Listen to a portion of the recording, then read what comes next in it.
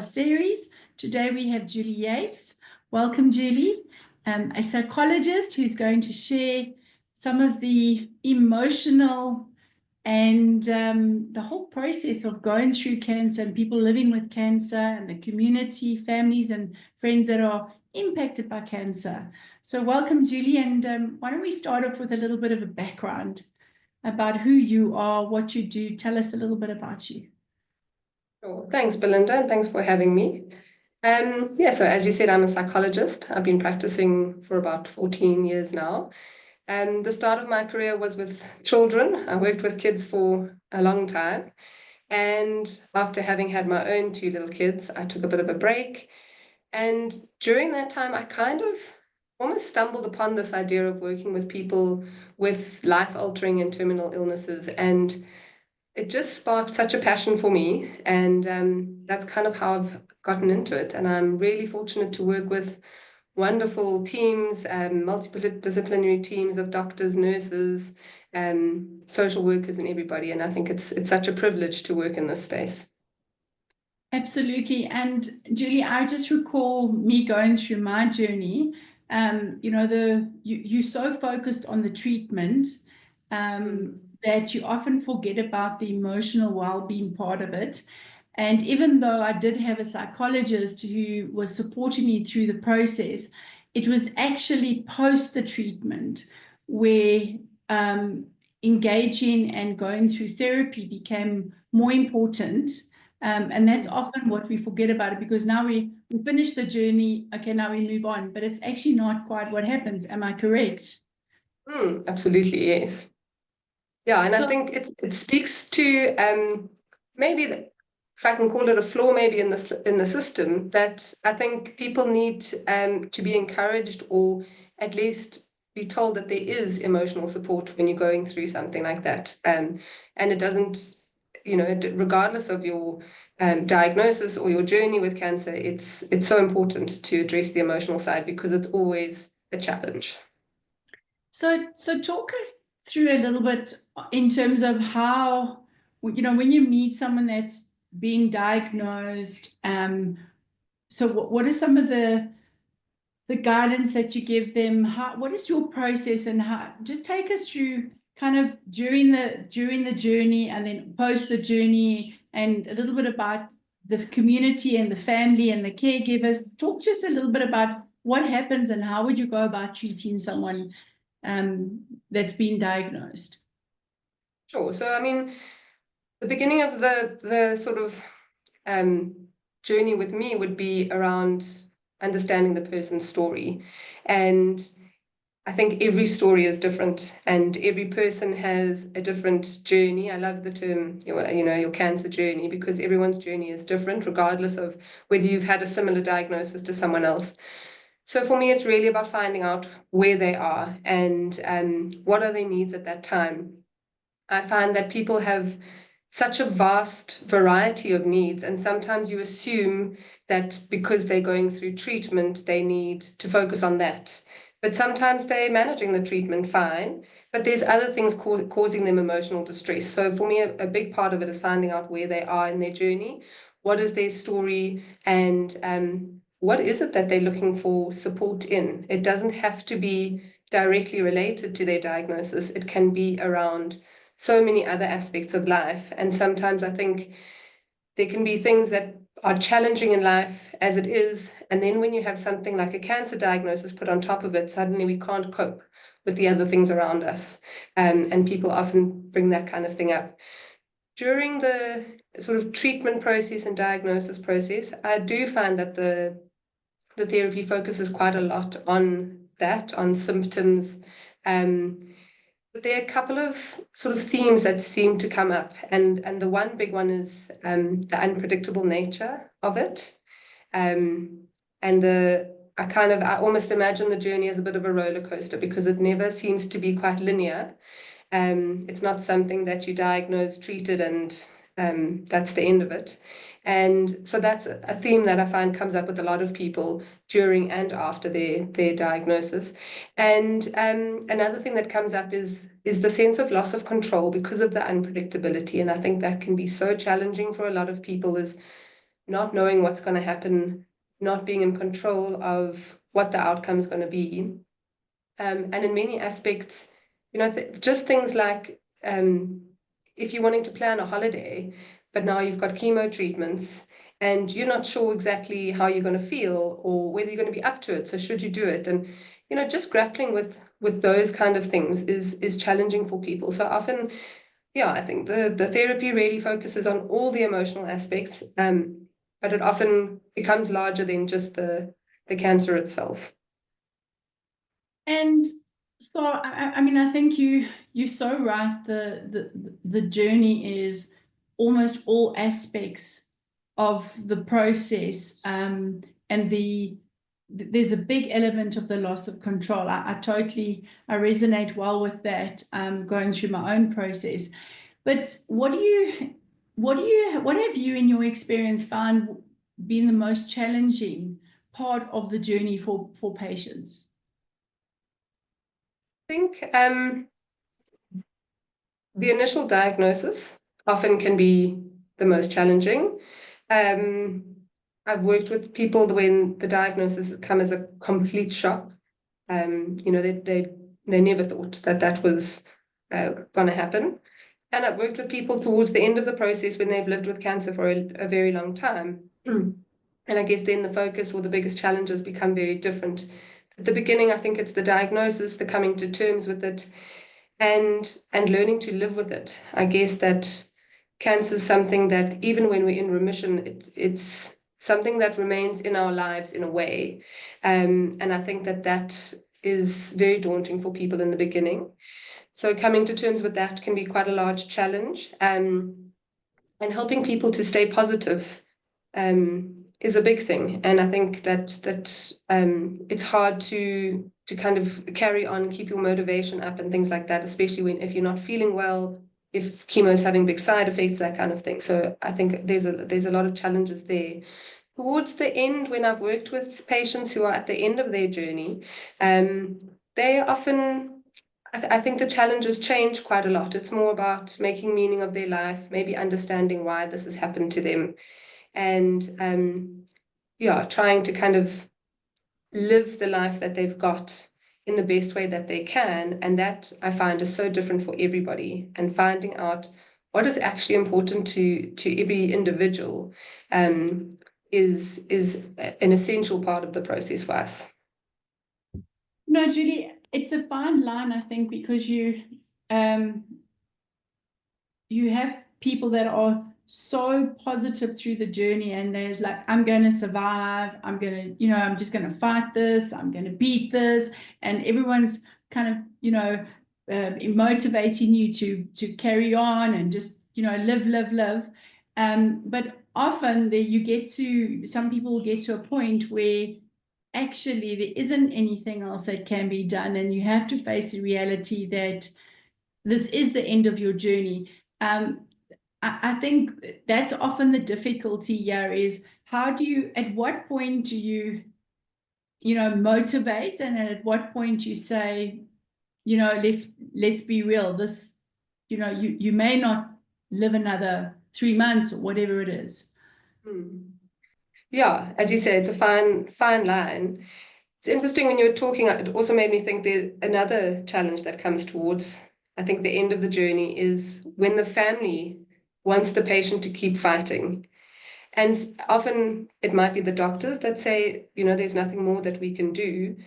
But sometimes it is also the patient's choice to say, like, I've done my fight, I've given it all I can, and I'm at the end now. And my choice is to stop treatment or to stop fighting or whatever it might be. And that can be a really big challenge, I think. I find a lot of what I do in working with patients and with their family is kind of getting everyone onto the same page, and everyone's has the best intentions. The family that wants the patient to fight wants that because they don't want to lose a loved one, and it's coming from such a good place. But for the patient, it's their decision, and sometimes we have to respect that, but it's hard to get the family's kind of acceptance of that. Yeah. You know, living with cancer is all about living with cancer, and you do go through those different stages. And we talk about the grief cycle, and I know that the grief cycle is not linear. You go back and forward. So in your experience, what has been for you the most difficult emotion to work through with a patient? I think two come to mind, and I think I don't want to say people go either way, but I've noticed that they kind of either go towards one or the other. The first is anger. I think a lot of people feel incredibly angry when this happens to them. And interestingly enough, I find that more with the family as well. I've had family, friends, even colleagues of people who are just so angry that this has happened to somebody that they love, but also with the individual, they can be resentful that this has happened to them. And I guess on the other side is people that kind of fall into some kind of despair, and almost think, well, this has happened and I've got no more choice or control. And I think a lot of that is also educating people so that you have choices, and you don't necessarily have control, but there are things that you can do. I find that it's really important to empower people to understand what they can do and what's within their range of acceptable sort of measures, and what they're willing to kind of go through to fight for, whether it's more time or to be in remission. So, Judy, the other thing I just wanted to chat about, that just to the next kind of process of understanding the anger, the emotion. When you take someone through a journey, or you rather support them through a journey, what in your experience, what are some of the tools and processes that you use to guide them? So, and just to give this a bit of context, there's some people that would, oh no, I'm okay. I don't want to go there. It's too deep. They don't want to deal with the emotion. And I know, going through my own journey, and I'm not ashamed to say that for a long time I saw a therapist, and she was really just a really sacred space for me to share. And sometimes it wasn't even as though there was a sense of growth. It was just a sacred space that I could be really honest, regardless of worrying about someone else's feelings. It was a really beautiful place for me to go. So from your experience and your process, talk to us a little bit about what is the benefit of a psychologist or therapy? So I think the thing you mentioned really hit the nail on the head, is the fact that this is an external objective person, and you don't have to worry about how they feel. And I think that especially with a journey through cancer, one of the biggest concerns for most people is how other people are going to feel, if other people are going to be upset, if they talk about the fact that they're not coping, if they talk about the fact that they don't want treatment, or if they talk about the idea of death. People become very anxious and they don't want to talk about it. So it's very hard, I think, for some people to talk openly with friends and family because they don't want to upset them. And I think that a therapist really allows you that space. Another thing, I guess, is just, for me, I found that a lot of what I think a lot of what I do is normalizing people's feelings. I think a lot of people have this preconceived idea of how they're meant to deal with things, how they should behave, how they should come across. And I think for me, a lot of it is about saying, but it makes sense that you feel that way, and it's okay that you feel that way. These thoughts or the feelings or whatever it is that you have are all acceptable and normal and legitimate. And sometimes they're things that they can't talk to family and friends about because of their worry about how it'll impact them. And I think that that's where a therapist becomes really helpful in that kind of more objective space, and in the ability to just kind of normalize what they're going through. I really like what you say about the normalizing, because I think there is that expectation, very much is that it always appears that cancer is a death sentence, but it's actually not. There's a lot of people that go through a journey and come out. I look at myself. I've come out a different person, focused and almost more stronger than I ever was before. But I love what you said around the normalizing, because I think when you're going through the journey, all you want is normal. All you want is normal. So I really like what you said there.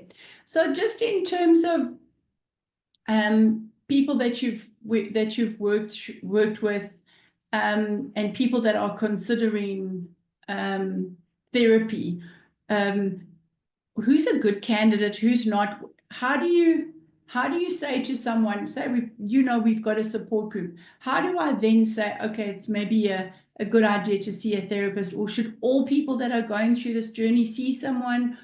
How do you differentiate? I think that's an excellent question, and it's I think it's such an individual thing. So I don't think everybody has to see a therapist. I think it depends a lot on the individual's support structures that they have around them, their own kind of personality in terms of resilience, and their own coping skills. One of the things I find that we often have to remind people is that although this is a new challenge and it can be terrifying and daunting, you have been through challenges before, and people, I think, they almost forget that they have actually got skills in coping with difficult situations. So I think it also depends on their past experiences of difficult situations. And I think it's the people that have fewer support structures or resources to draw on, and maybe the people that have experienced complications in the past, that sometimes they don't have the capacity or the resilience to maybe cope as well through something like a cancer journey. I think those are always good candidates. And I guess it's anybody that wants to kind of either have the space that is external to friends and family. Some people just want a space to vent, and a person that they can talk at, even if that's what's necessary, somebody that's just there to listen and not tell you how to fix everything. The other difference with therapy compared to your other kind of support structures and treatments is that we're not here to give you the solution. We're here to listen and work through things with you. So it's not that you won't have an outcome at the end, but it's not that we're going to tell you what to do or how to do it or what you shouldn't do and things like that. And I think that sets it apart a little bit. So I think people that are looking for just support, and often it's just someone to sit with them through the journey, just to listen to what they've experienced, what their fears are, what their hopes are, what their goals are, and to support them in navigating all of those. Thank you, Julie. I think 100% you've really answered that well, and also given me some guidance in terms of when I engage with people on our support group. What I want to also chat a little bit about is family, friends, the community. Someone's just got someone really close to you, or family or friend has been diagnosed. What guidance can you give them? Is therapy important for them? What do they say? How should they respond? Maybe just talk a little bit about the support that the patient now needs from the community. So I think one of the things that I would really encourage, and I find that it's kind of the work I do the most with families, is encouraging them to have open communication with the person that has got the diagnosis. And I think we're all scared of saying the wrong thing. Some people feel like if we talk about cancer, then it makes it bigger or more real.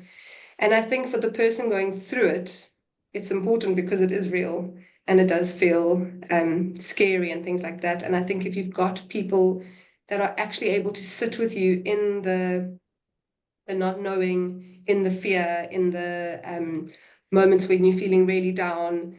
You need somebody on the journey with you. And I think that as human beings, our biggest thing is that we can't be alone. We are social creatures and we need support and comfort through things. And I think the biggest thing is just to be with someone on the journey. And obviously for families and for people very close to the individual who's going through the cancer journey, it can be really hard because they're going to have their own fear and things like that.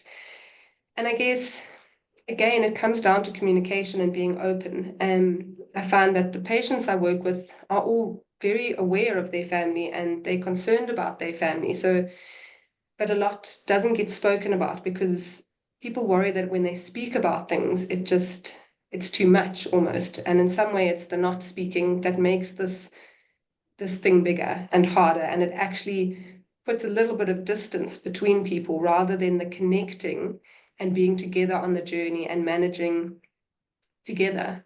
And I think that's one of the things we work on a lot.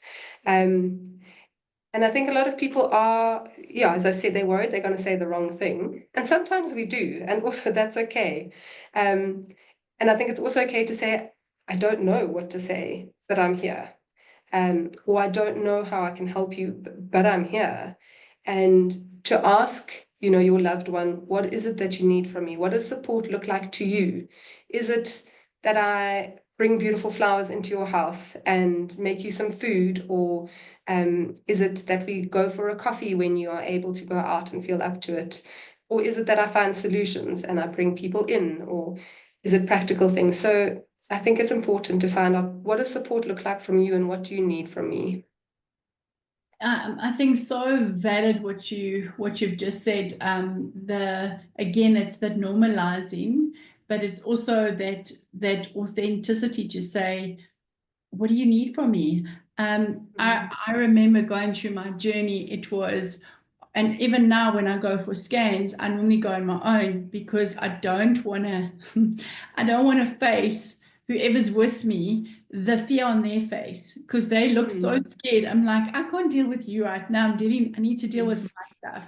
So I think just so important is communication and being open and honest, and don't tiptoe around the issue. Be direct. Ask, what do you need from me? I used to love when people would come and tell me about their normal stuff in their life and not always talk about my situation and how I was feeling. So I think that's so important. So Julia, I just wanted to also just tap into what this episode is all about in terms of beyond the diagnosis. I started off saying that people forget about the fact that once you've had treatment, your hair grows back, you look absolutely normal, but it's often that period. And then, so you're no longer in treatment, you might be going into remission, or you're in remission, and then the cancer comes back, and so on. That whole period post when you first diagnosed, that's often one of the most difficult phases to go through in the journey. Just in terms of your own experience, let's talk a little bit about, what are you seeing from a trauma perspective? We talk about PTSD. Let's just talk about that part.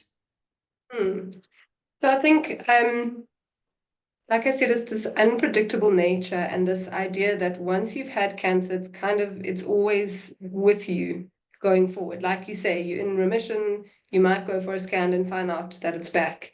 And I think that's really hard for a lot of people to kind of continue on, and they want to kind of live their life as normal as possible. Like you say, your hair's back, you look like you did before, and all of that kind of thing.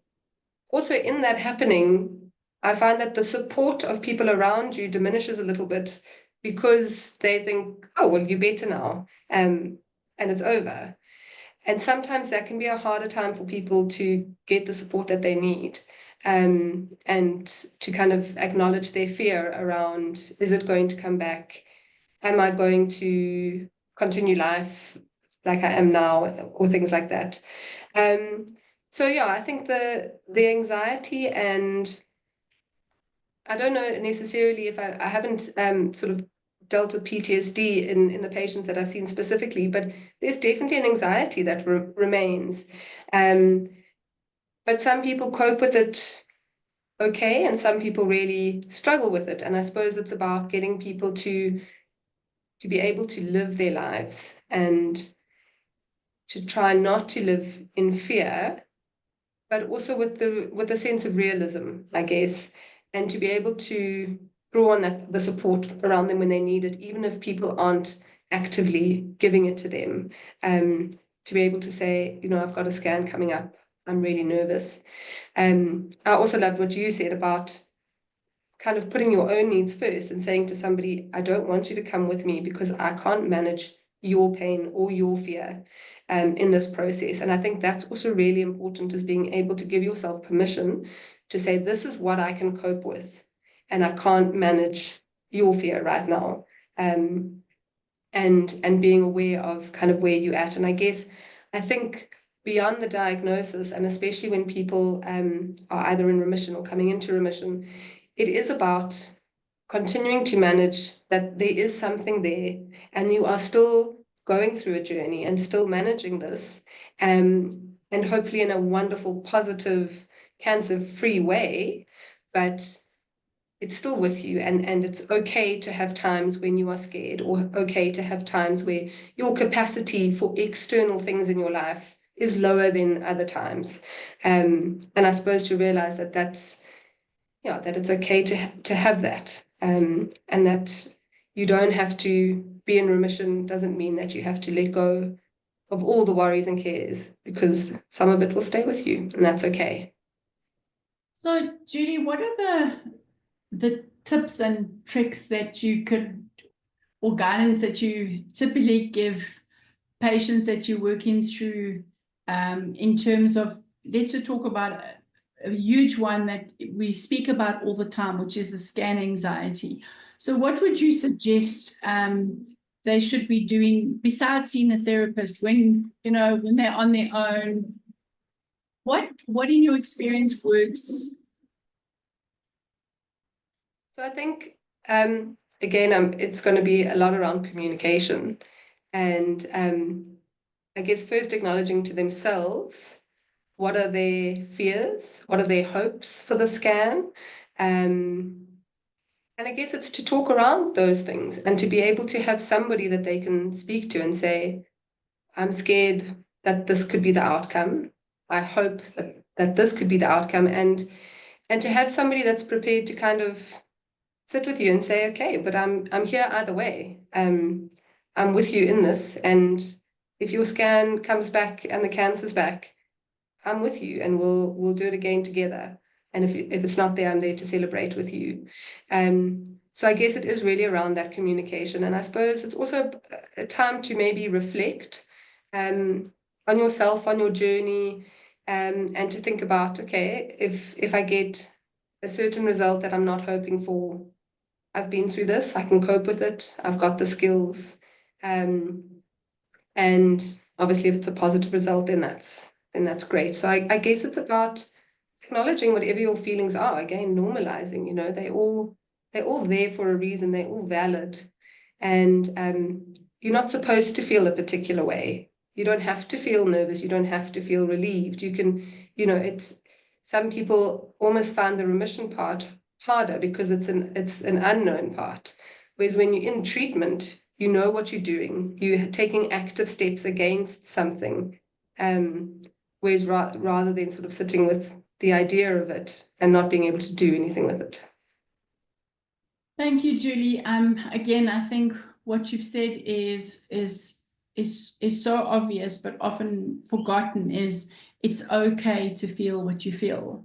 And we often talk about to own your own journey. And I think it's not just about owning your own medical journey. I think it's also your physical journey. It's also about owning your own emotional journey. And be okay with whatever you're going through is okay. So yeah. Is there anything in particular that you maybe want to just raise regarding, when there is nothing else that doctors can do and you kind of at that point where it is difficult? I know you deal a lot with that as well, and often the death part and going through that whole process is a subject we don't often like to talk about, but it's a reality. So I don't know if you wanted to just share some of your thoughts around that phase in the journey. Yeah, I mean, obviously it's a particularly difficult phase. It does depend, I guess, on what your journey's been like. Sometimes it can be a relief, I guess, to get to the end of treatment and know that the fighting and the hard work is going to end soon. But I think, it's important to understand what support is out there. I think one of the things I've realized is that there are exceptional doctors and nurses who are with people throughout their journey, during treatment and afterwards. And I think we think of palliative doctors and palliative carers as end-of-life carers, but they're not. They're really there to support you alongside in your treatment and after there. And I think if you can get the right team around you, there's a lot that can be done to support you through the end of treatment and even into the end of life. And I suppose to know that it's also a normal thing, it's a normal part, and to be able to talk about it. I think it's very hard to talk about it for a lot of people, and especially to their family. I find that often when we get to that point, I think the patients accept it easier than the families. Not always, but I do find that happens often, and I think it's hard then for the patient to not be able to talk about it or to acknowledge what's going on, because they don't want to upset their family, or the family just says, don't say that, it's not the end, we're going to keep fighting, miracles happen, or they might come up with a new drug, whatever it is. Whereas accepting the reality, while holding hope is fine, accepting the reality, I think, is really important. And to, again, be just able to have those open conversations. I think they make the world of difference, and it gives clarity to everybody, and it connects people. When we speak openly and we're able to share our vulnerability, we feel so connected in those times. And if you've got the people with you, both doctors and family, to have that support, even the end of the journey can be peaceful and a lot easier. Thank you. And I think, as you were speaking about just, the honesty part, I think that for me is what's really made a difference in my journey, because honesty has allowed me to, at any stage of my journey, almost validate some of my feelings around this journey. So I think that's, thank you, very helpful. Any words of wisdom in terms of, this journey as a whole? What would you recommend to family, friends, people that have been diagnosed, people beyond the diagnosis that you wanted to share? I guess, the fact that it is a journey, and it's not a linear one. It has ups and downs and highs and lows, and I think I would really encourage people to just have very open and honest conversations with whoever is around them and whoever is important, and supporting them through that. Call on your support network. Be able to ask for help when you need it, whether it's family and friends or whether it's a professional. And no, yes, like I said, you've been on journeys before. You already have the skills within you to navigate this. But get the people that mean the most to you on your side to navigate the journey with you, so that you're not alone. Excellent. And then Julie, just if you could share how someone going through a journey, or family or friends that need support, if you could just share your details. I'll also include them on the podcast notes. But if you just tell us a little bit, how do they get in touch with you? What is the process? How long do you normally see a patient? I know it would obviously vary, but maybe you could just give us a bit of details about you and your practice. Yeah, sure, thanks. So Yeah, as you said, it does vary in terms of the process. I mean, I've had some patients that I see once or twice, and we seem to have resolved what needed to be resolved, and some are ongoing for years. And so it's really up to the patient what they want and what they need. I don't have a physical practice. I do home visits. I travel, and I find that that is and what a lot of people need, is that they actually need somebody to come to them, whether it's during admission or at home. Yeah, so to get in contact with me, the best way is definitely my phone number, which is 082-330-9679. Otherwise, you can also pop me an email, julie.yates@gmail.com. And yeah, it's about connecting. And for me, the biggest thing is when I start with a new patient, it's about finding out where you are and what do you need at this point. And to know that the door is always open. So, some people have, as I said, 1 or 2 sessions, and they've resolved what they need to resolve at the time, and things might come up later. And for me, it's about having that connection throughout your journey, and to know that whether it's me or another psychologist or anyone in your team we're here for you, to support you throughout the whole journey. Whether you need us all the time or not doesn't matter. And to know that we can be called on in the times of need. Excellent. The home visits, I mean, that's beautiful and unique, and I think so important, especially when you're not well. Do you also have any virtual sessions? Because I know that's a big thing of late. Yes, yeah, absolutely. I'm happy to do online sessions for people that either aren't within my area that I can reach. I've got some overseas patients who are South African, but want to see somebody online, and it's absolutely fine. I'm very happy to work online if necessary. Awesome. Okay. Thank you so much. Thank you for the support that you give Living with Cancer, and thank you for allowing me to ask you some questions. I know that this part, the emotional part, is often the difficult part to talk about. It's also the sacred and confidential part that often people don't want to share. And I think we've definitely moved from a society that's okay with receiving therapy. So I think that's awesome. And it's no longer like taboo. She's in therapy. Shame. What's wrong with her? I think in this space, it's almost a shame if you don't. Especially me going through my journey, it's really made a huge difference to my outlook and how I see things. So thank you for your time.